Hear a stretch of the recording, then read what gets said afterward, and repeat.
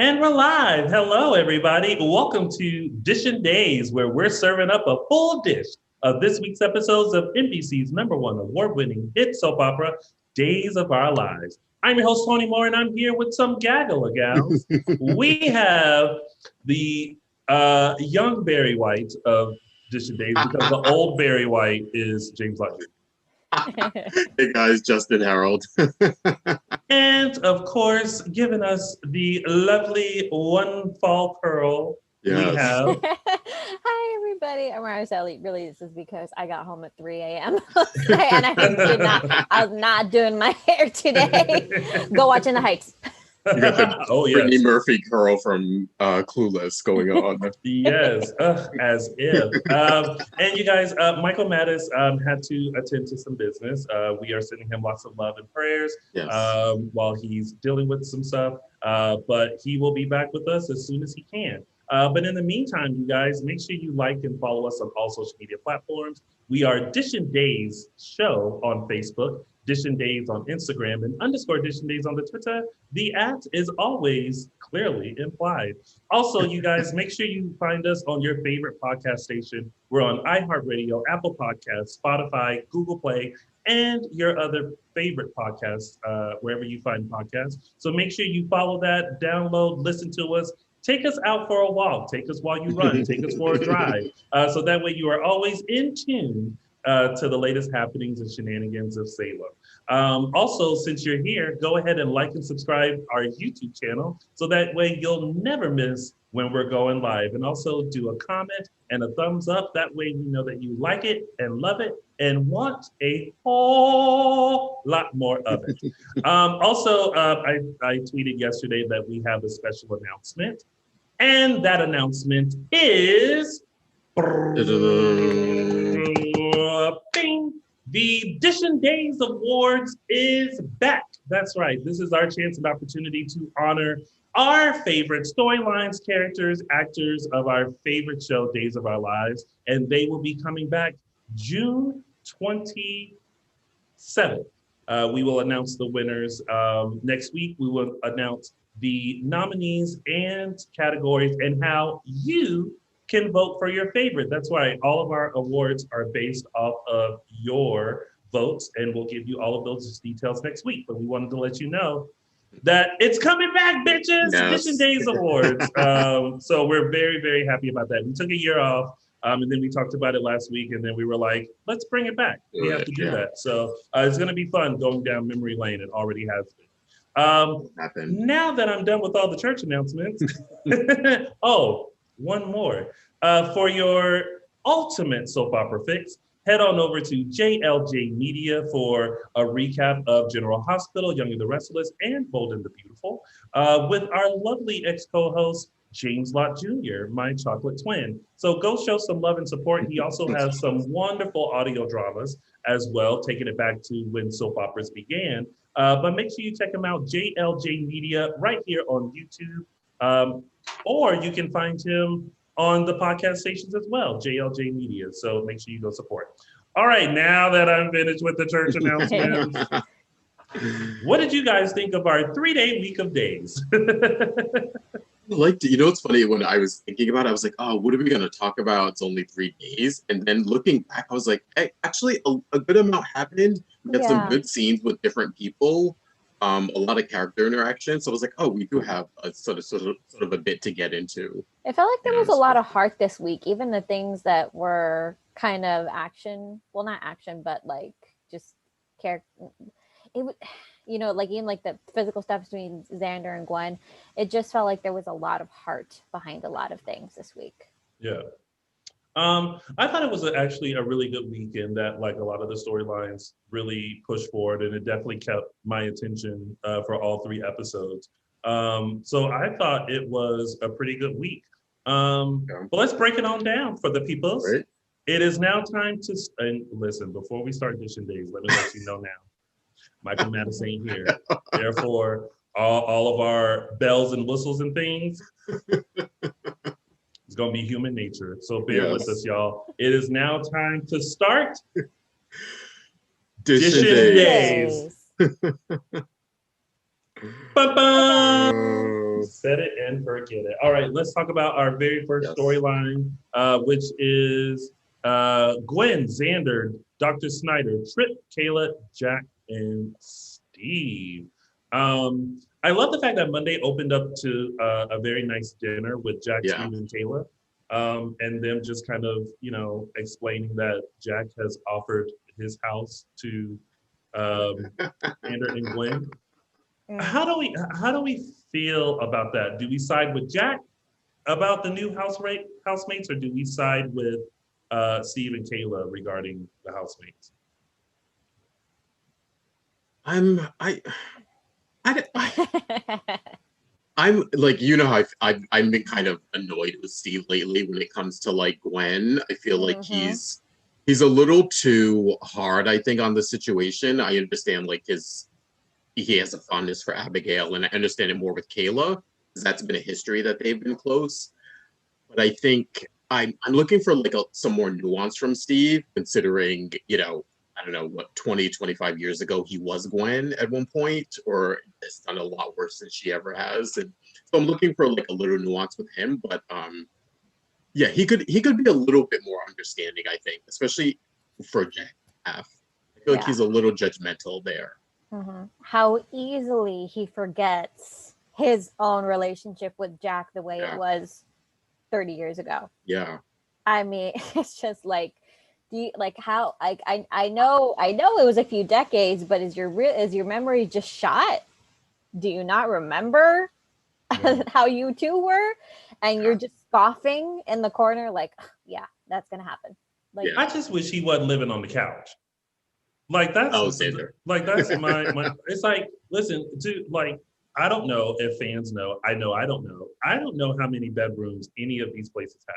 How many bedrooms Marlena and John's townhouse has, how many bedrooms are in the Kiriakis mansion, the Demira mansion, Paulina, like her house, her apartment, what Allie and Eric and Nicole had, like, they never discussed rooms, right? Yeah. So if everyone had moved into the Horton house, I would have never questioned how many rooms were available. Yeah.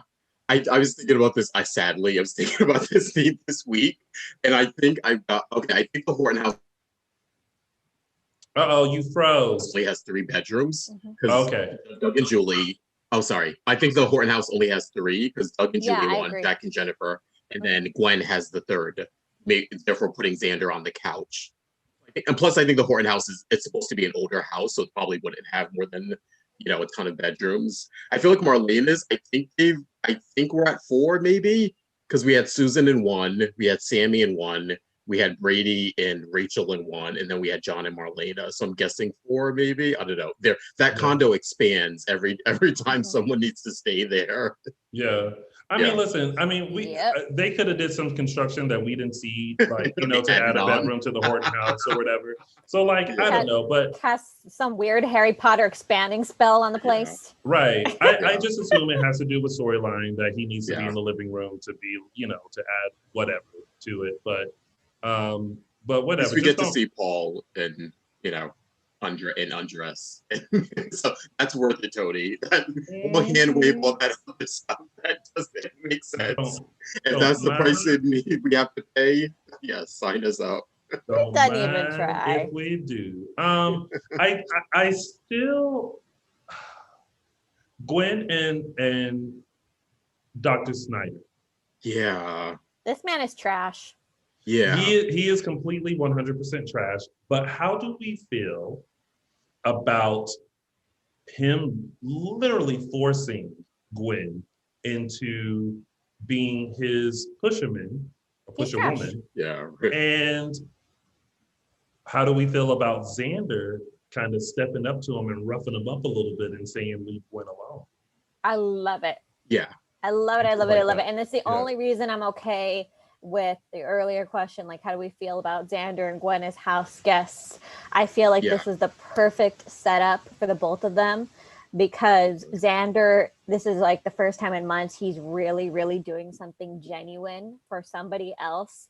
He really cares about Jack as a friend. He does not want his friend hurt, and he knows that if his daughter gets hurt or causes him pain, that he's not going to be happy. So he's literally, this is the most genuine Xander has been in months.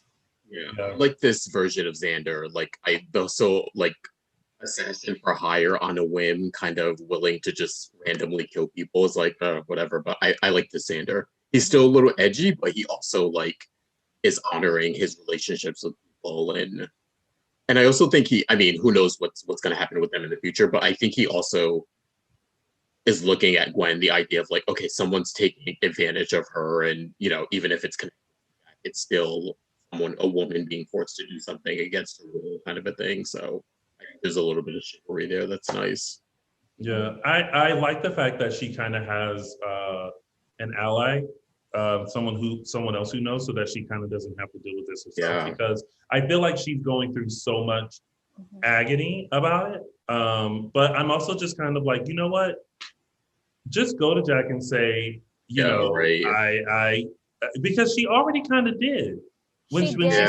But she's it's that part of her that's still not letting go of that last little bit of anger, and you saw that in her conversation with Kayla, where the conversation turned to Abigail, and it was she still caused me to lose my baby. And in Gwen's eyes, I think she still believes that the stress and Abigail's hatred for her child, it was like it manifested, and then her baby was gone and she didn't have to push her down the stairs.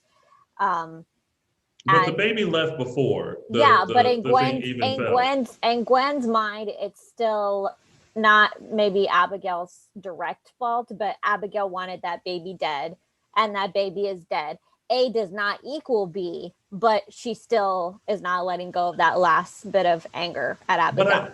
But I also feel like, and correct me if I'm wrong, because obviously I'm not a woman, nor have I ever been pregnant, but like I can only go by what I watch on TV and documentaries and stuff. But when you have a miscarriage, they can often pinpoint why the miscarriage happened. Incorrect. That happens like in later trimesters. A lot of the time it's just they don't know. Okay. That happens a lot earlier, mostly in like the first trimester. It can still happen in a little bit into your second trimester, but like in terms of finding cause, that happens more like later, like cords wrapped around the neck, somebody fell, but do you not condition. Do you not feel like in this day and age, though, there should be some sort of test or something, or things that are ran to like figure out maybe if there was some, like, if it was like a weak uterus, or or something, or stress, the thing is, you have to have those tests after. That's the thing. If it's an actual reproductive thing, like your body is actually going to continue to have this problem, tests need to be run afterwards. And if you don't automatically get those tests, you're just not going to know until you maybe get pregnant again and it happens again.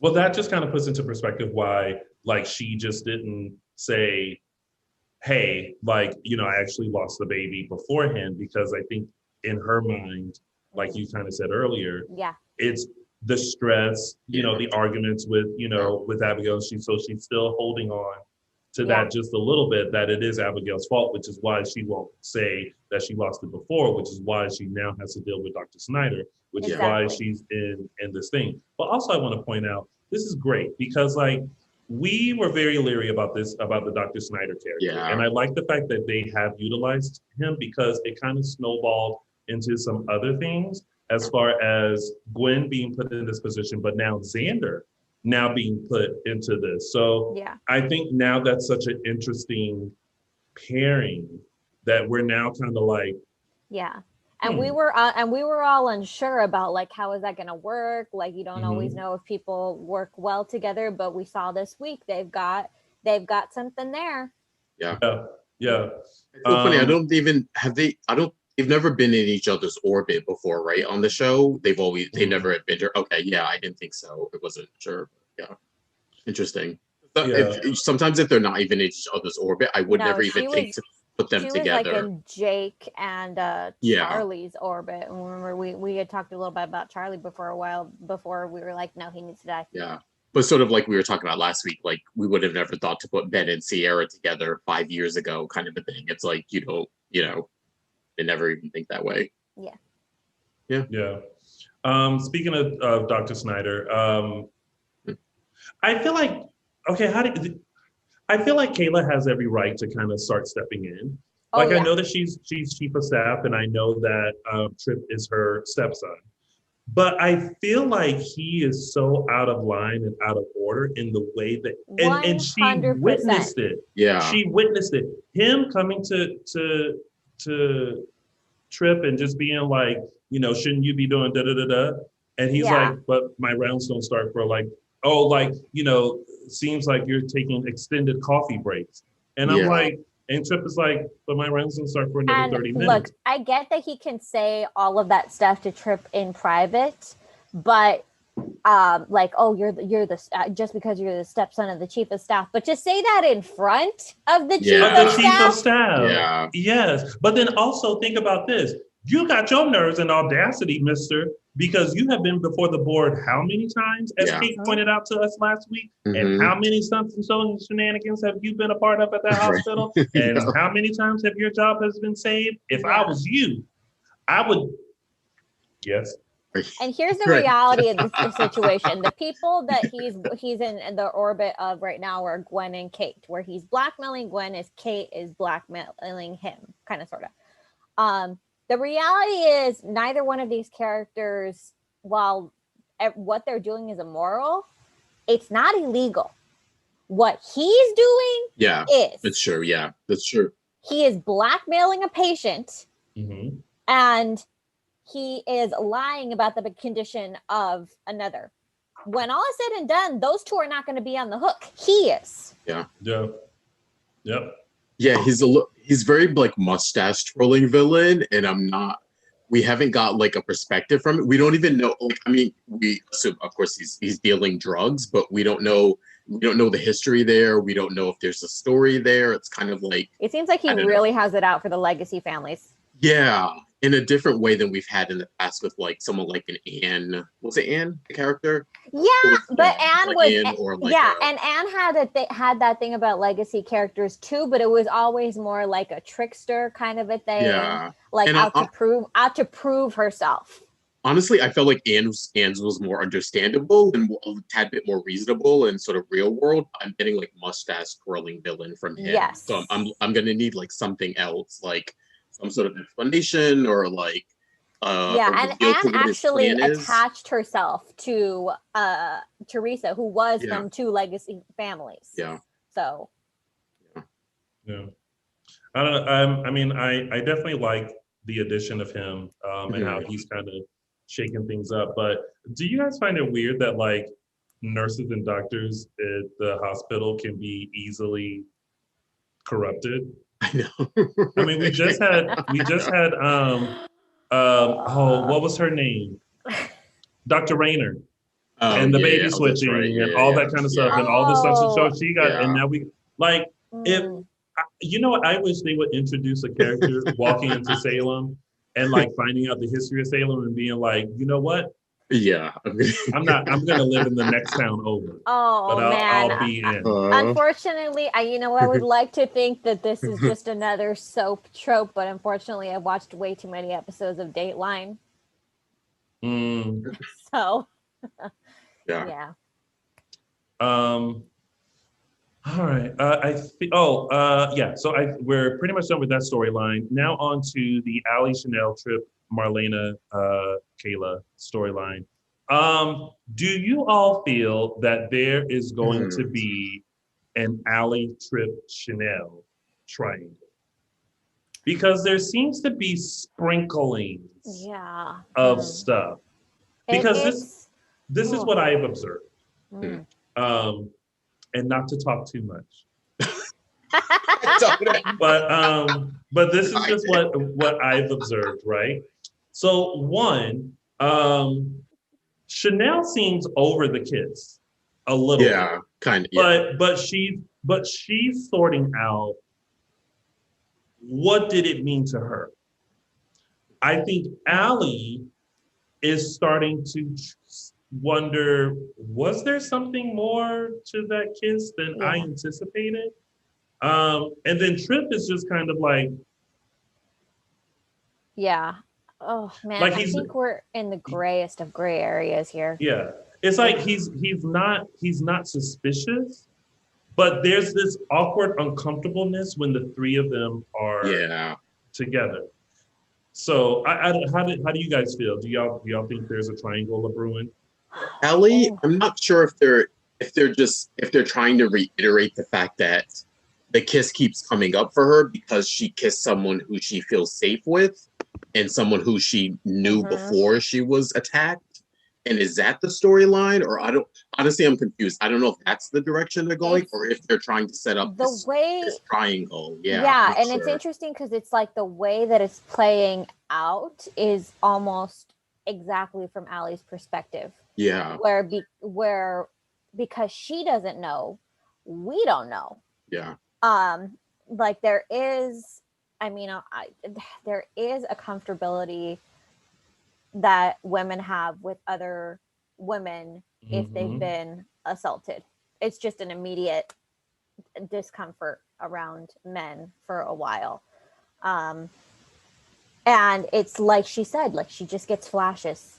Yeah. And, it's not, there are things that are out of her control. And so she is just trying to sort out in regards to Chanel, is it comfortability that she's feeling? Not just because she's a woman, but because this is a girl that she has had a long relationship with.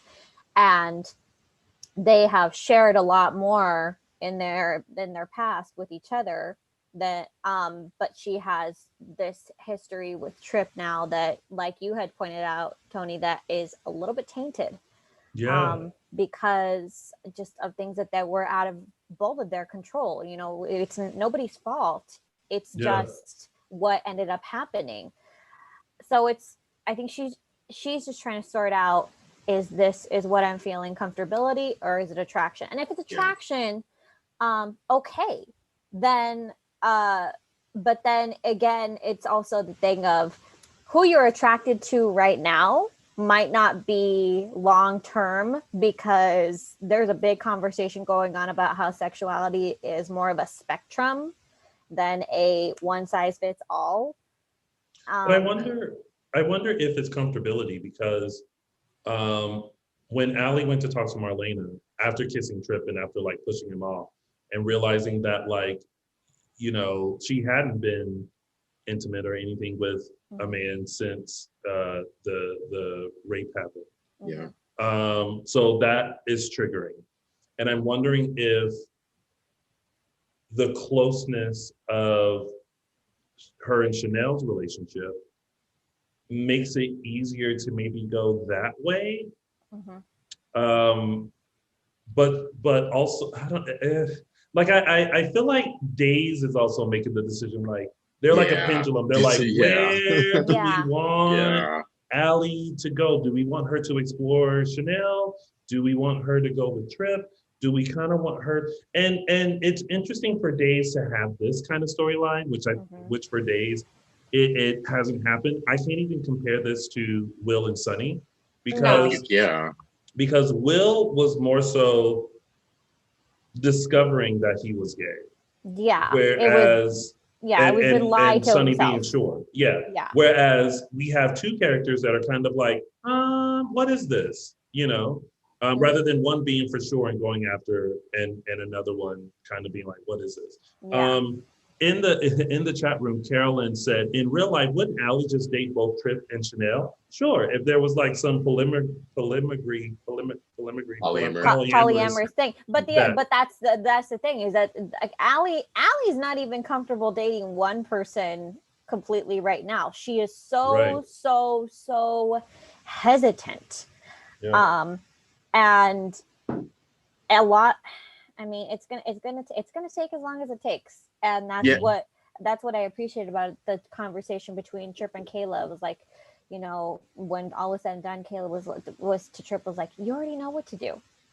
You've been through this before. It's just in that situation with Sierra, you didn't have the information. because she wasn't comfortable sharing it with you yet. This, you know, and you know what she's been through. You were very involved in helping her get out, trying to help her get out of that situation. And so she's like, you know, you already know what to do. And if there's one sure thing about this entire storyline, it's Tripp and where he is in his mindset. He knows he likes Allie. He knows that whether Allie likes Chanel, whether it's just more comfortability, whatever Allie decides, he knows it all has to be on Allie. It's got to be her choice on her time. Yeah, I sort of in regards to Allie and Tripp, I really sort of like this PTSD storyline. I think it's really realistic and something that they would go through. I also think it gives them a little bit of an obstacle. Who knows what's going to happen with Chanel? I don't, but I would much rather that be their obstacle than kind of this swinging back and forth with what's going on with Chanel. And I also think it gives a little bit of an answer to everyone who's like, hey, they're just going to put these two together, and why would they be together? Because she accused him of rape, and that's always going to hang over their head. So it's like they aren't sort of brushing that aside and putting them together, and it's all sort of rainbows and hearts. It's like, okay, they may have to sort of deal with this, and maybe they decide to go separate ways and come back later or what. But yeah, I'm glad that they're at least tackling this head on, and it's not just, oh, that's something we went through in the past, and we're kind of moving forward because it's part of their present. Yeah. I think it's definitely an interesting story to watch. Freeman Griffin said those conversations between Tripp and Kayla, and also Marlena and Allie, were wonderful. I think so too, because I think it shows just how open both mothers are, and comfortable for them to come and, you know, discuss a topic like this. And I love also Allie kind of opening up to Marlena and letting her know about the kiss. And I feel like Marlena's face was just kind of like, girl, I already done been through this with your brother. Yeah. I was gonna say there's some, I don't know what it is, but there's something going on in these like counseling scenes with Marlena that just, they don't rub me the wrong way, but I don't know. There's like I understand she's being professional and she's a psychiatrist and she's been doing this for decades. More shocked because it's her grandchildren. There's a little stiffness for me, and I haven't pinpointed it yet. I don't know if it's a character thing. I don't know if it's an actor thing. I think there's some stiffness there for me. I think it's part psychiatrist, part parent, because first of all, after Sami, there is nothing that these grandkids can tell Marlena that would shock her, really. Everything that Sami does is way outpaced that. And I think part of it is like Marlena long time ago designated herself the person in the family who was going to be the safe haven, where she is the character that these kids come to, that they know it stays in the vault. We're not going to get some kind of reaction. We're not going to get a Sami reaction where everybody's worried about like how it reflects on that person. And even with, you know, and even with Lucas, the same thing happened when he found out. It was all about like how they felt about it. It was their guilt, and Allie needed people in her corner who was like, I need to tell you this, and I need you to not make it about you.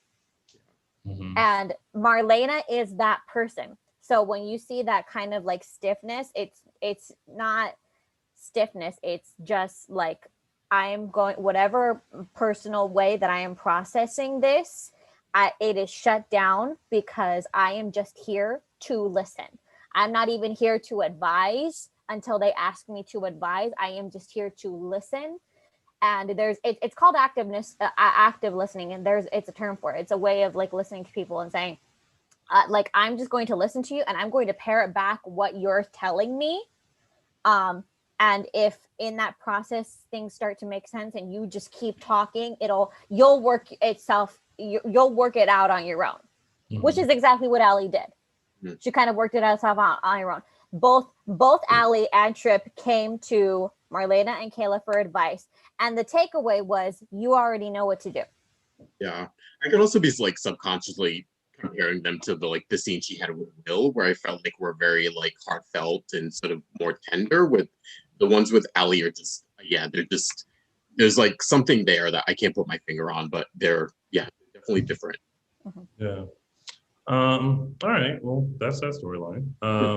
We're just moving right along here to now Nicole, Rafe, Ava, Sami, Abe, and Roman. I'm going to start this off with Sami has several seats. Because listen, if your slate is not clean, don't worry about everybody else's. Yeah. Because the thing that is frustrating me about Sami is that she is so gung-ho about finding out if Nicole slept with Xander, right? Mm-hmm. Kudos to Nicole for producing that fake receipt, but at the same time, I was like, you don't have to do that, girl. Like, you don't have anything to prove to Sami Brady. No. Like, Sami Brady can kiss your entire behind. But the whole time, even when Sami went to Lucas and was like, go wear this wire, and then we're going to do this. Was silly. I was like, where do you even get that? She said she got it from John. Oh, that's right. Yeah. John, Why did John just leave that lying around the house? It's probably somewhere in his, like, you know how people have like drawer, closets of stuff, and it's like all his spy closet. Yeah. But I feel like, Sami, you better stop, because you have some skeletons in your closet too. Yeah. And if anything, this could have been a great time. You probably could have known and bonded with Nicole over the fact that, you know, she slept with Xander and you slept with Lucas. There is no bonding with Nicole. There is nothing, again, there's nothing that Sami feels that she has any connection to Nicole.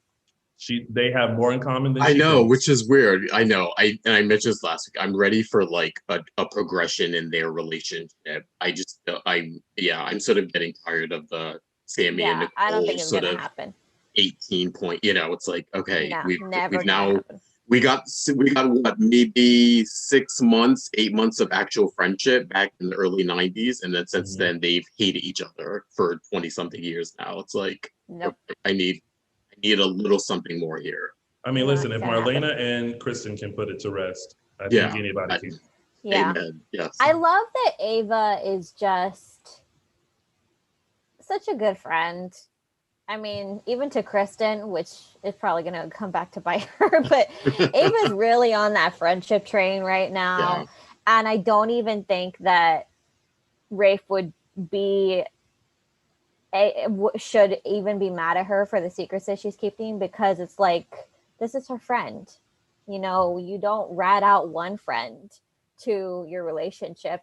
Sorry guys, all husbands in the room, sorry, but if I got to choose between keeping if I got to keep my friend's secrets from my husband, that's in the vault. I don't care the whole death to a thing, you know, the whole hose over bros thing, that's for life. Sorry. Not sorry. How do we feel about Lucas's confession to Sami about wanting to be in a relationship and that they've loved each other since they were young and that he's in it? Everybody has their camps. I thought it was sweet. I thought he made some good points. I think I don't think she should be sort of at this point should be like, okay, I'm leaving EJ, I want to be with you. But I think it should get the wheels turning for her and start getting her to really think about her life now, and that she's in a different stage now. I mean, like, the children are all grown now. Like, EJ, as far as we know, since he was at the door, he's fully recuperated or somewhat recuperated by now, and she doesn't need to be the savior for him anymore, or sort of Florence Nightingale. Yeah. And you know, they're sort of, not that this has ever been their history, but they're like those, you know, mid to late 40s, early 50s people who you raise your children and you get married, and then at the end you're sort of like, you know, you look around, you're like, okay, well, what do we do next? Or like, are we interested in being together anymore? Or like, you know, we raised our kids, we had this family, blah blah blah. But as late 40 something people now, are we compatible? Is it still there for us? So I think she's really got some soul searching to do. I think she's holding on to EJ because they have such a rich history, and it's sort of like, you may not want to give up on that, even if it's just to like ace, essentially. Yeah, I notice how like the fact that just Sami is still in town. I mean, she's making all of these excuses for why she's still in town. Mm-hmm. Like first it was Allie, and then it was with the Charlie's murder, and then it was and now it's Nicole, and it's just like she'll find excuses after excuses to stay in town to avoid going home to EJ. And it's just like Lucas is pointing out, it's like, just because you're in this marriage alone, there's a problem. No one's saying that you don't love EJ. They're saying, can you live with him now? Are you the same people that you were even just a few years ago? And if not, you got to make the decision. Are you going to build back up or not? I agree. I don't think she should just jump right into a full-on relationship with Lucas. Yeah. So I don't even think this is about camps. I don't even think this is about like your camp Lucas or your camp EJ. It's where is Sami in her life right now? I would agree with that if everything didn't happen to EJ that has happened.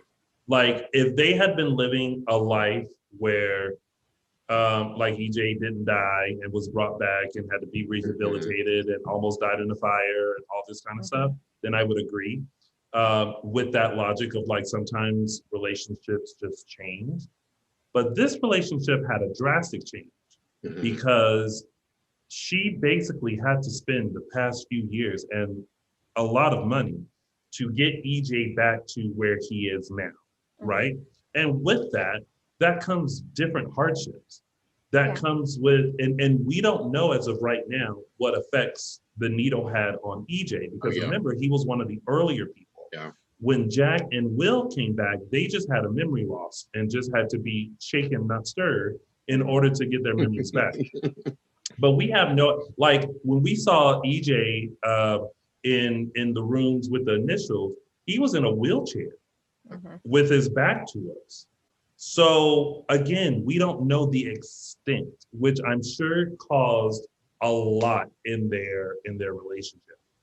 But I think that also Sami is in this space of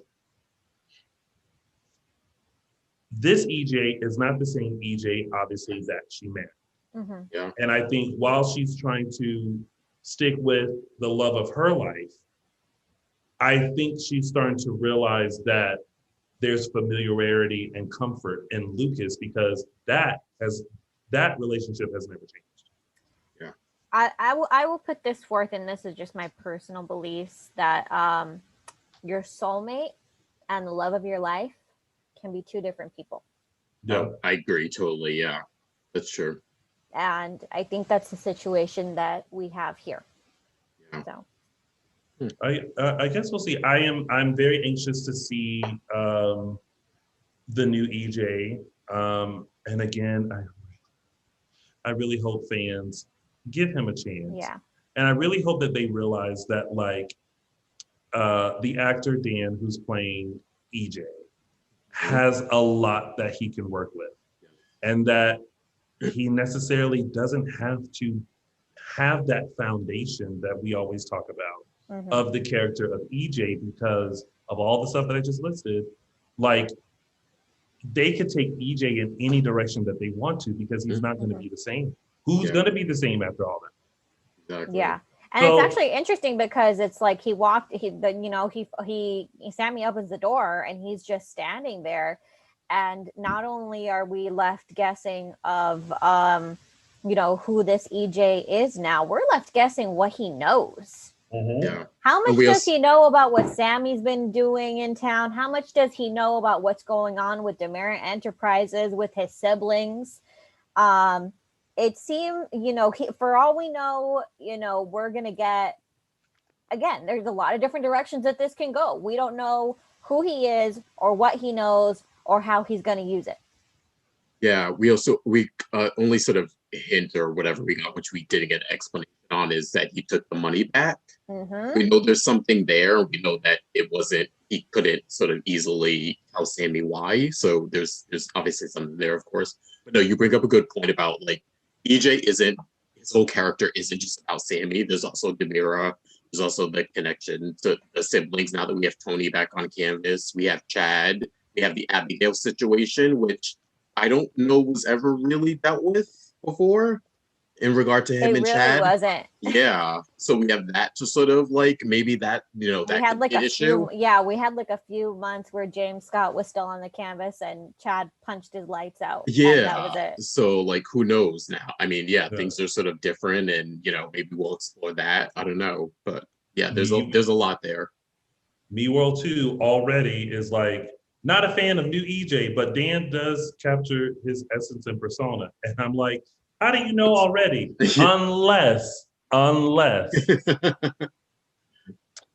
unless you are aware of the glitch. And I'll tell you about the glitch because I don't care.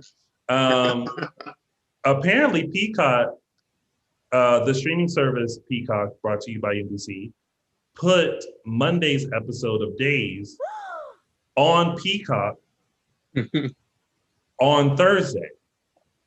So while many thought that they were watching Thursday's episode, they were watching Monday's episode because somebody at Peacock is about to lose their job. But put it up early. I want to shout out to hold on, let me there was a lovely fan of Dishin Days who messaged me right away and said, look at this. And we had a little discussion about it. I think I have his name. Okay. Yes, Doug. Shout out to Doug who messaged me on Facebook and was just like, there was a Thursday's episode, which I panicked because I was like, oh my God, there's a Thursday episode. Yeah. Oh my God, we only thought it was 3. Oh my God. Yeah. And then I was like, wait a minute.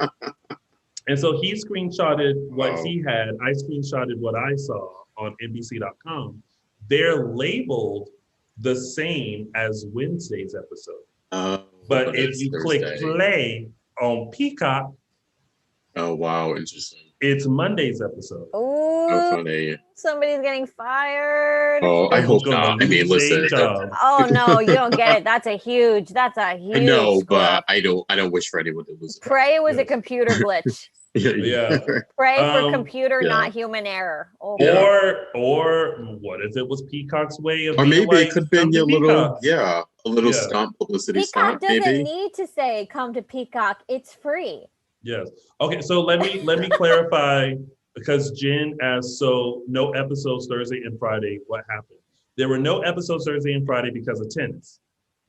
Mm-hmm. It was preempted. But if you had Peacock and you were watching Days over there, then yeah, because B World 2 said he watched Monday's episode thinking it was that week's episode too. Oh wow! Without even knowing it. Okay. Don't tell us anything. Yeah. We don't want. Because I was gonna say, wait, how are you if you're a fan of his essence and presence? What don't you like? But again, if he saw the episode, then maybe he's alluding to something else. We'll see. But that's next week's discussion. Yes, it will be. But I'm very excited. I'm very anxious. I asked Dishin Days fans. Mm-hmm. Yes, you guys are family. At least you all welcome Dan with open arms and allow him to take the journey of EJ and just for right now, just sit and watch and be open. Because there's a difference. I was actually talking to Stacey Haiduk about this. How I was like, when she came on as Kristen, I was like, but I also told her, I was like, but I was open to what you were gonna bring, even though I was like, I don't know about this. But I was like, the second she gave us Susan, I was like, you got it. And then I saw her as Kristen and I was like, okay, like I'm good now, So I say that to say it's okay to kind of be like, but then at some point you just go, okay, it's fine. And also remember, we keep saying this, a lot of your fan favorites are recasts, even if you may not know they're recasts or they've been in the role for 10 or 20 years. Unless you've originated that role, you're a recast. And a lot of the people who you love, we wouldn't get a lot of these great actors if we didn't have recasts or they didn't take a chance and want to bring a character back. So keep that in mind when we want to be standoffish about people or not sort of give them a chance. Again, it's a soap opera. Yeah. And then last thing, I love that Roman and Abe are so there for Nicole. I just feel, you know, she never had any decent male role models in her life, and now she's got two. Yeah, I love it. Yeah, but also Abe was there for she was able to confide in Abe. But also, girl, not this whole email about what you did and then like you not sending it and then saving it into draft. Don't put things in writing ever. Yeah, and stop talking out loud. Ever. Guys, tip. Just general tip for personal life, for the workplace, what have you. Don't put things in writing. Not in an email, not in a text, not in the notes section on your phone. It will come back to bite you. Phone calls. Also, people can't quote you on phone calls unless they're secretly recording you, and that's illegal. Also, Nicole, we're a little too old to be writing email confessions. What is this, a diary? You're also married. Like you and Eric have been doing this for 20 years. Like this, like an email confession was a little. I was like, really? She's really gonna an email confession? That's where we're going. Even e-diaries. You remember, like e-diaries were a thing for like a minute. That is like a decade old. Don't do it. It's like an email confession. But I also like the fact that Abe was like, I love when they go back to history. And he was talking about when Lexi cheated, and he was like, I wanted to know. Although that was a little bit of a rewrite. I got the sentiment, even though I was like, that's not what happened, but okay, we'll pretend that's what happened for the storyline. But yeah. Maybe it's he shared the part sentiment, of the growth. Yeah. And not what actually happened. We all know what happened. I was like, you should have just used Tech as an example and not the Brandon example. It's like, it's a little muddier. Those were rough. No, I appreciate the history.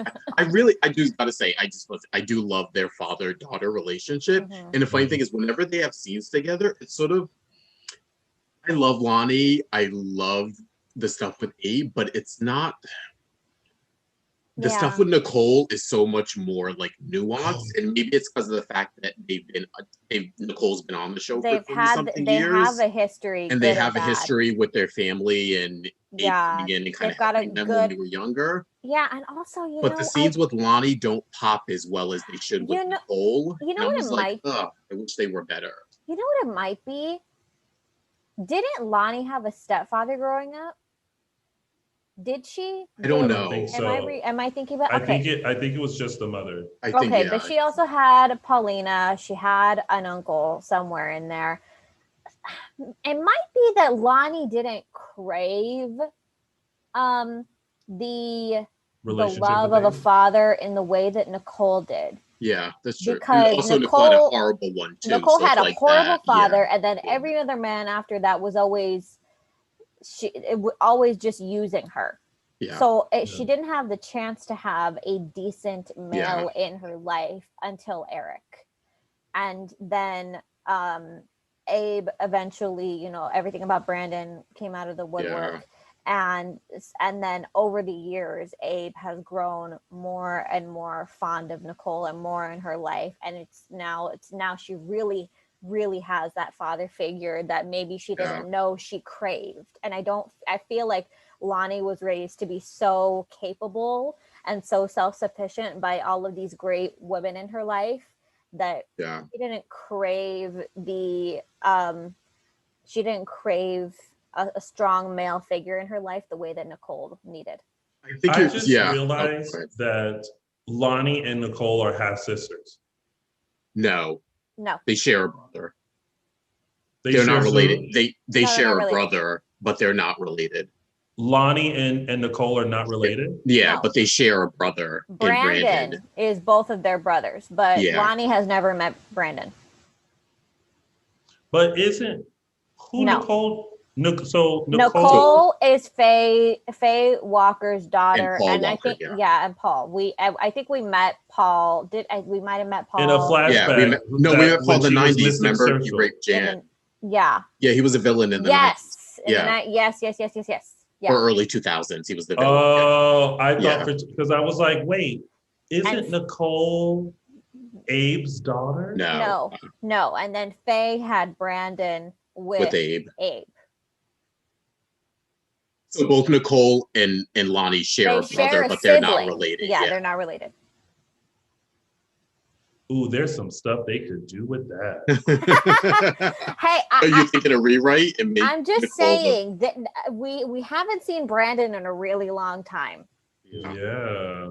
Also, too, when you were saying that, Araceli, it made me think of like now when you sort of have these parent-child relationships, and they're different when you meet a parent after you're a grown adult versus and not that Nicole and Abe were close when she was younger, but he also was like a I don't want to say good role model considering their history, but I think he was sort of looked at as a little bit of a savior when he would come into their house and sort of either take Paul away or sort of be a man of peace. And so maybe that's the thing too, is like he sort of is a definition of a great man that she sort of looked up to versus Lonnie, who didn't meet him until she was a grown adult and didn't have any fantasies about him and now, not for nothing, like Roman is all on board the Nicole train, where like for years and years he was skeptical, but he hated Nicole, but but he's seen also slept with her, but we forget that we forget that we have to, but Nicole we hand wave that little thing but Nicole has really just he's just really been there for Nicole where Eric is gone, and I appreciate both Roman and I appreciate all of the men in Nicole's life saying what Sami refuses to see is that Eric's been gone too damn long, and it is not fair to have this woman just sitting at home, not knowing when you're going to come back. If you're not going to come back, say you're not going to come back. If you want to be a savior of the world, go do that. That's fine. Many people do it, but then don't drag on this maybe I'll come home someday game. It's not fair. I do like that that people are more so team Nicole because Eric is in the wrong. Like when she said, oh yeah, he's been gone for 8 months, 12 days and 2 hours. I was like 3 months is like, all right, yeah. But then to be gone this long, like for some, I'm gonna be honest, I don't mind the whole cheating with Xander because like she has been very loyal and trusting and everything like that. And I think she's allowed to have a mistake in a moment of weakness. Yeah, and it's just like and there are plenty. But Xander of all people. Yeah, there are plenty of people who do long distance marriage. That's not the issue. The issue is him dragging his feet, giving her maybe signed up for no long after maybe after maybe. Yeah, no. Sign up for that. The stinger for me is that it's Xander though, and as much as we like Xander, that history is so weird and like muddled, and it's sort of like that's the extra sting, I think. And I think that's maybe. I mean, again, we know Sami needs to sort of have a seat considering what she's doing, but she also is right. I mean, of all people to cheat on Eric with is like the guy who Eric essentially saved you from is like. That's a sting. That's like a Brandon Abe sting. I mean, that's that's a little much there. Agreed. Anywho, well, there's that. Now we're gonna move on to tidbits. But before we move on to tidbits, just some reminders. Follow us on social media, like us, comment, subscribe here on YouTube, find us on your favorite podcast station.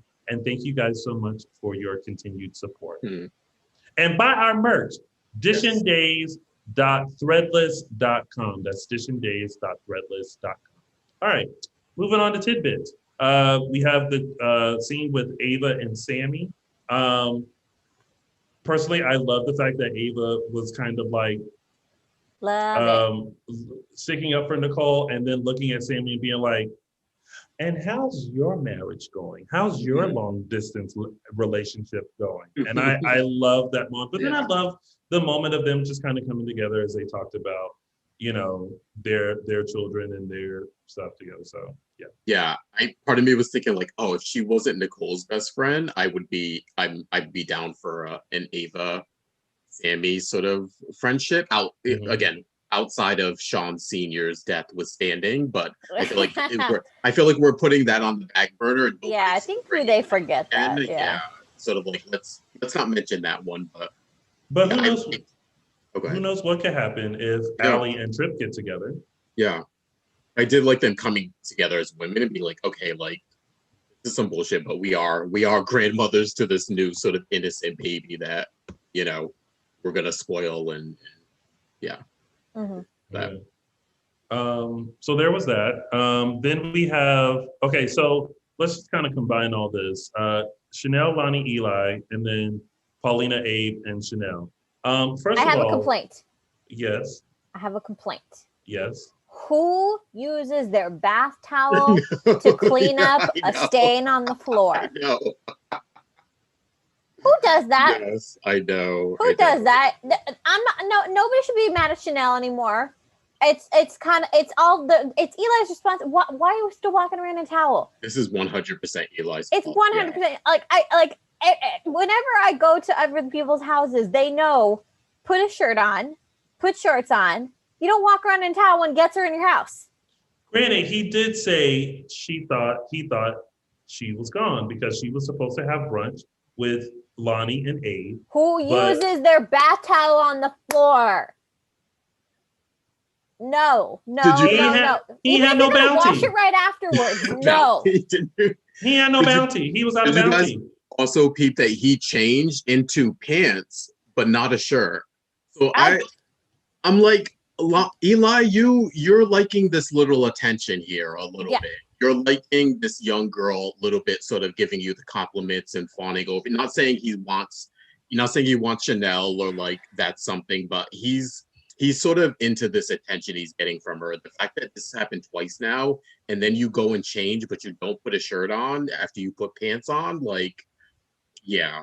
But I also feel like this. I also feel like Chanel is just kind of like, oh, okay, like it's like great eye candy, but she's not like, well, Lonnie isn't home.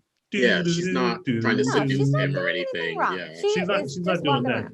But yes, go ahead. When Lonnie walked in, Miss Lonnie was not having any of it.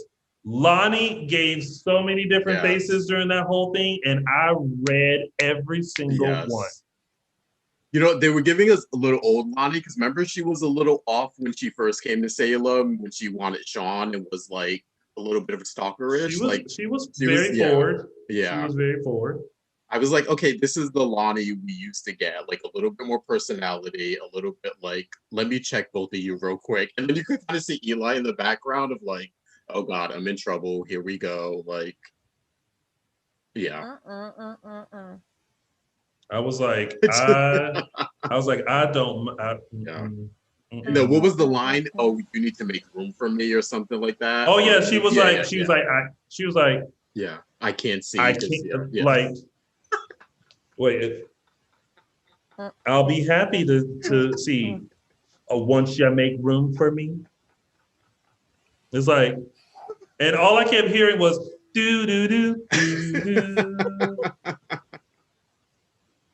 So, oh God, that was a highlight. Yeah, that was good. But again, I have to hand it to Chanel, and this will go to Paulina and Abe and Chanel.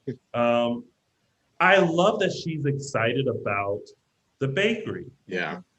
And I love that she's adding a family recipe to the bakery as well, sweet potato pie.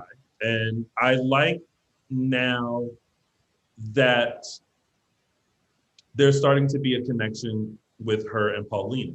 Mm-hmm. This is what I'm scared of. Yeah.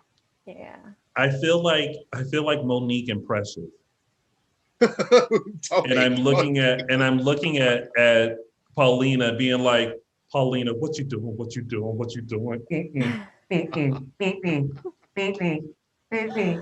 That's how I feel, because I don't know what she's planning on doing with the Horton Town Square. Yeah. And how it's different than what she's been telling Abe. But now Chanel's kind of like, what's this big old building? Yeah. And the more Chanel talks about sweet bits, the more Paulina is so uncomfortable about whatever it is that she originally had planned. Yeah. She's like, I'm really getting proud of you for kind of doing this, but now you're entering my scheme, or you're gonna foil my plans, kind of a thing. Mm-hmm. Yeah. But I feel like whatever it is, Paulina's about to just dismantle a lot of relationships. Yeah. Also, I noticed this too, and maybe this is connected to it. But I noticed whenever she talks to Eli about Allie, they sort of skirt the name thing, which I've been noticing. Whenever she says, I met a friend or I met someone, whenever she's talking to someone outside of them, she doesn't mention Allie's name. And at first they I thought, do that, oh, but everybody been doing that. No, but the reason I mention it is because they didn't do the thing where like she says Allie Horton and then Eli would say, oh, that's my cousin, or like, you know what I mean? I don't know why. And then when she mentioned to Paulina, she didn't mention like it's a Horton, I'm bringing a Horton family recipe into the Horton town. Like this, I don't know if they're setting it up to make it more of a surprise of what Paulina is doing to quote unquote the Horton Town Square. But I noticed that they actually did it twice now. They did last week and then they did the week before, where she's mentioning and she's talking to Eli about the crush and the kiss, and she doesn't mention Allie. She just says, it's my friend, someone I knew in town. And then he says, really? Oh, you met someone from Salem? And that would be the point where it'd be like, oh, Allie Horton, or she'd say Allie, and he would say, wait, is it Allie Horton, my cousin? Blah blah. Like, there's something there. I think. I don't know. I think it's more than just a script issue. But also notice that Allie is doing the same thing. Allie didn't mention to Marlena that it was Chanel that she kissed. But I think it's different because people wouldn't know Chanel unless they knew Paulina, but I feel like it's different the other way around where think about when you tell a story to a friend of who they don't know, right? You still give some sort of backstory to who this person is. Mm-hmm. Like if it's not a significant story, you're just like, oh, this guy that I know or my friend, right? But then at some point, if it's like a significant story, you're like, okay, so this guy that I know, like, long story short, I met him, and then there's either a nickname created or there's or their actual name, Pony, and every time you talk about Pony, you know what guy is being referred to. I don't know if y'all do this, but this is how I do it with my friends. Like you either know their real name or there's a nickname that corresponds to the story that I told you. No, yeah, I just think it's more glaring because she's talking to people who are related to the person as opposed to a random person. Like, and I don't know if that's on Chanel's part, that she's just not saying that it's Allie, or if it is actually going to tie into Paulina's plans. Because the more you thought about that, you said that, and I was just like, oh, but Paulina also had that long conversation with Marlena.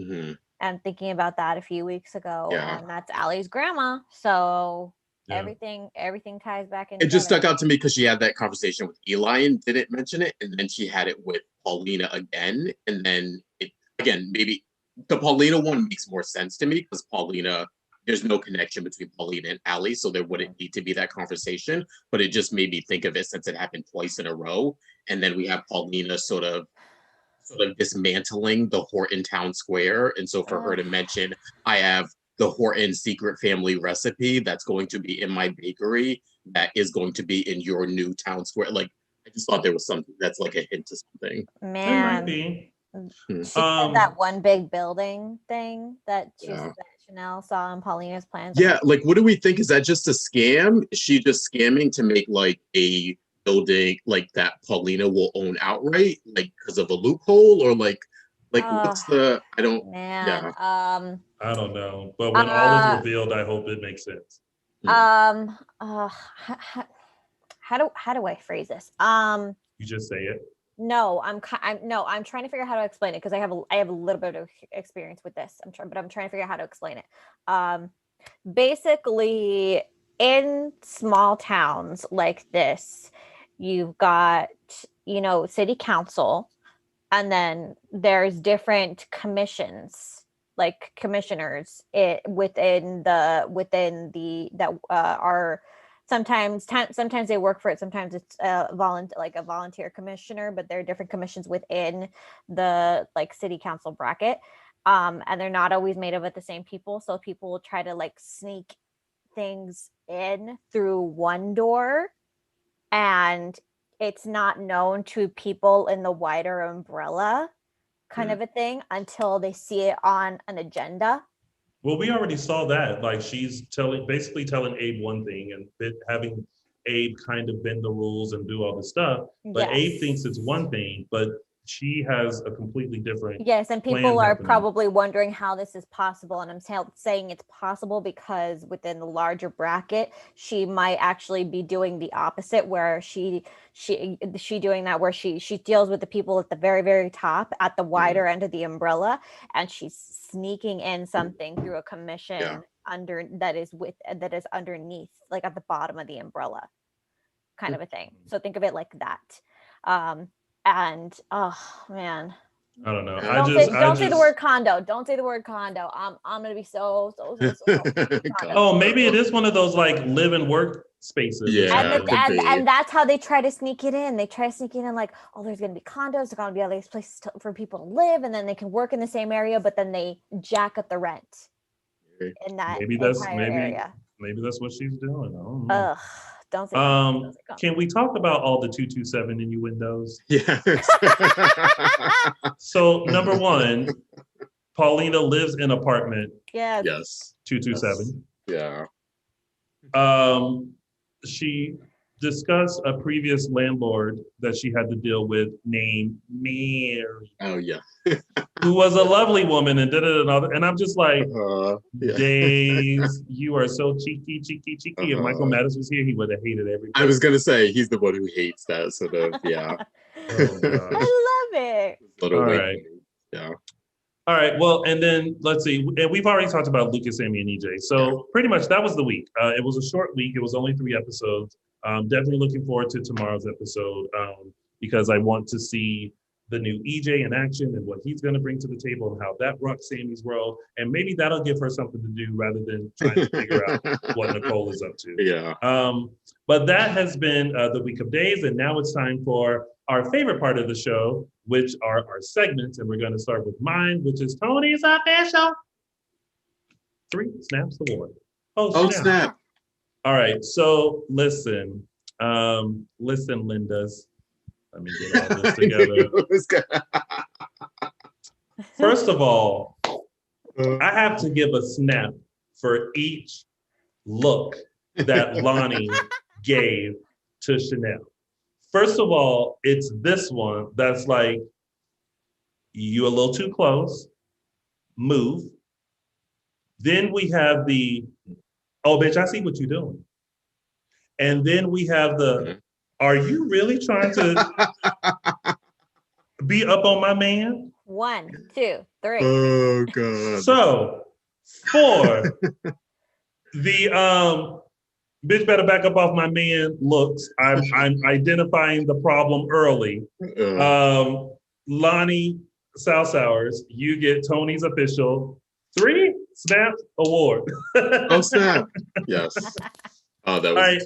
And because Michael Madison is not here, we don't have the caption that, but we do have a look into what happened in this week of days with those were the days. Yes. This week's Those Were the Days, I'm taking you back to June 9th. 2000, where we had the birth of Mr. JT John Thomas, to Everett's resident favorite drunk at the time, Miss Marlowe. If you remember back then, it was Marlowe was posing as Lexi's cousin, but she was actually related to Dr. Rolfe. But we had the birth, and this gave birth to sort of the Zach JT baby switch. It also gave birth to one of our favorite storylines, which was Lexi becoming evil. That red dress on, honey. Yes, the hood. Yes. So yeah, this week, all of that to say took you back to June 9th, 2000, and that was this week's. Those were the days. And now it's time for It's a Gift. Hold up. Okay, go ahead and explain the gift. I feel like this was more hard this week, but I appreciated Xander's gratuitous shirtlessness this week. Like he can't put a shirt on. And I just picked this because I felt like he had a lot to do this week. When we see characters being active on camera in soaps, unless it's a knockdown, drag out fight, it's usually just like a slap fest. I don't usually see them being like actively active. And I don't think anybody has ever jumped over Alice Horton's couch like that. So, yes, in boxer briefs. In boxer briefs. So it's a gift. Yeah, it's just I appreciate I must appreciate Paul Telfer's legs. Yes. I must.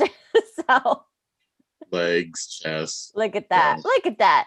Love it. Guys, it takes a lot of energy to jump over a couch. Yeah, that's not easy. And I'm sure people are like, to be that blanket. And he didn't step on the couch either. He hurdled the whole couch. Yes, look at that. Appreciate it. Yes. Oh. All right. And that was It's a Gift. And now it's time for some news and gossip. Yes, and we are starting off with a little update of one of our favorites, Miss Lindsay Godfrey, ex Sarah Horton. Many of you may know she sort of quickly left the show for some personal reasons she was dealing with. This week, Lindsay actually posted on her Instagram some sort of bodybuilding she was doing in the gym, and she tagged it to this long post she did about just sort of getting healthy her mind, body, and soul, basically, and how exercise and training to lift weights and sort of be a bodybuilder has helped to keep her mental health intact. And I thought that would just be a good update for people who sort of worried about her and kind of wondering what she's up to lately, and considering the circumstances. Well, she's also been giving some great talks on her Instagram Live regarding mental health. How to recognize it, how to deal with it. And I, again, commend her 1,000% for being very open and honest about her mental health and her stressing the importance of recognizing it and learning how to deal with it. And also, answering questions that people may have about it. So congratulations and kudos to my wonderful, always dazzlingly dressed person, Lindsay Godfrey. Yes, you can check those updates on her Instagram page at Oh My Godfrey on Instagram. Yeah.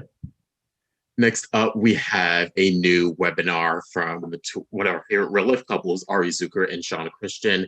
They actually are, if you don't know, they're certified, in addition to being actors, and certified life coaches, and they do these webinars as well as individual counseling. They have a new one coming up. It is actually Monday, the 14th, tomorrow at 5:30 p.m. Pacific Standard Time. And this one is centered on value. And you can check out all the information for joining the webinar and participating in it at alohaconsulting.com. Last but not least, Marcy Miller, who we are missing right now. She's on maternity leave with her baby, but you can actually catch her this Tuesday. She is starring in a new film called Fear. It's an acronym. It stands for Forget Everything You Know. It's a horror film, an independent horror film starring Marcy, and you can check it out at an independent theater near you. So big congrats to Marcy on the release of her new film. Yay! Congratulations to Marcy on that. Before we move on, I have some news to share with everyone that, where is it? Hold on. Sorry, that's not the photo. Hold on a minute. There it is. If you guys saw my post yesterday, and if you love our previous videos, you will know that Stacey Hyduke and I got together again the other day to do some lovely dance videos for you guys. And this is just a sneak peek as to what's to come. So be sure to be on the lookout for that.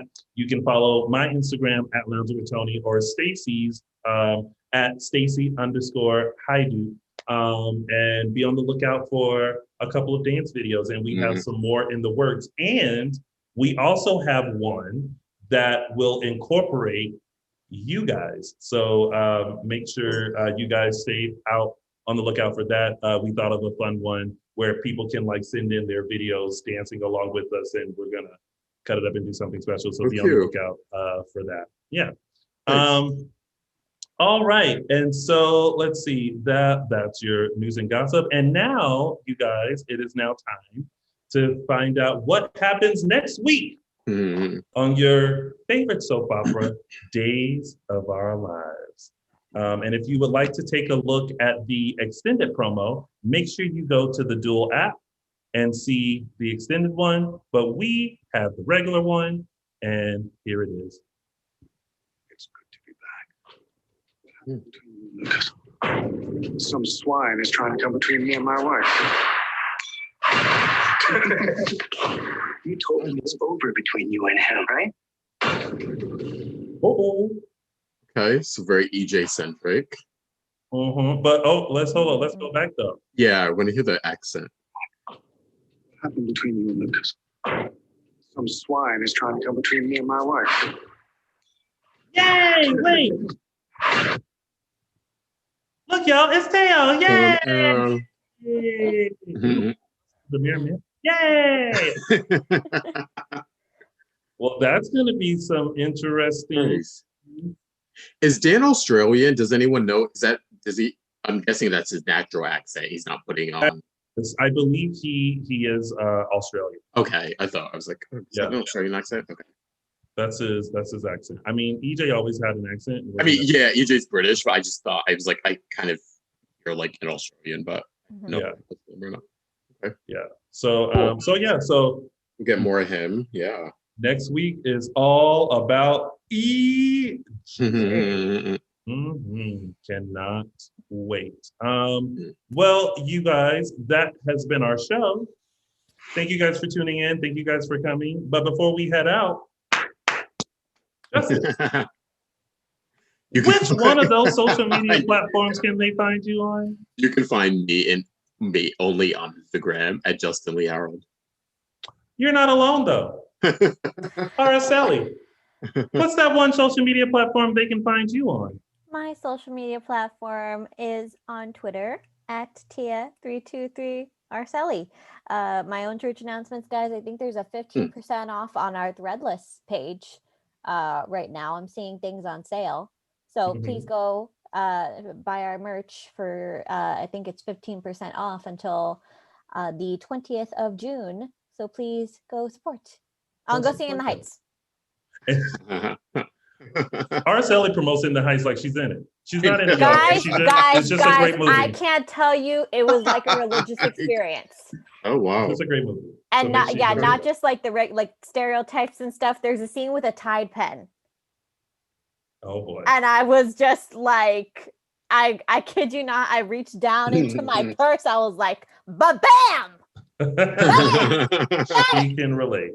I can relate to it all. What I can't relate to is only having one social media platform, because you can find me on all social media platforms at Lounging with Tony, or you can find all of us at Dishin Days Show on Facebook, Dishin Days on Instagram, and _ Dishin Days on Twitter. We thank you guys so much for tuning in. As always, next Sunday, we will be back to serve up a full dish of next week's episodes of NBC's #1 award-winning soap opera, Days of Our Lives, and we will have our categories and nominees for the Dishin Days Awards. You definitely don't want to miss that. Until then, you guys have a wonderful Sunday. Enjoy your week, and we'll be back Sunday for another dish on Days of Our Lives.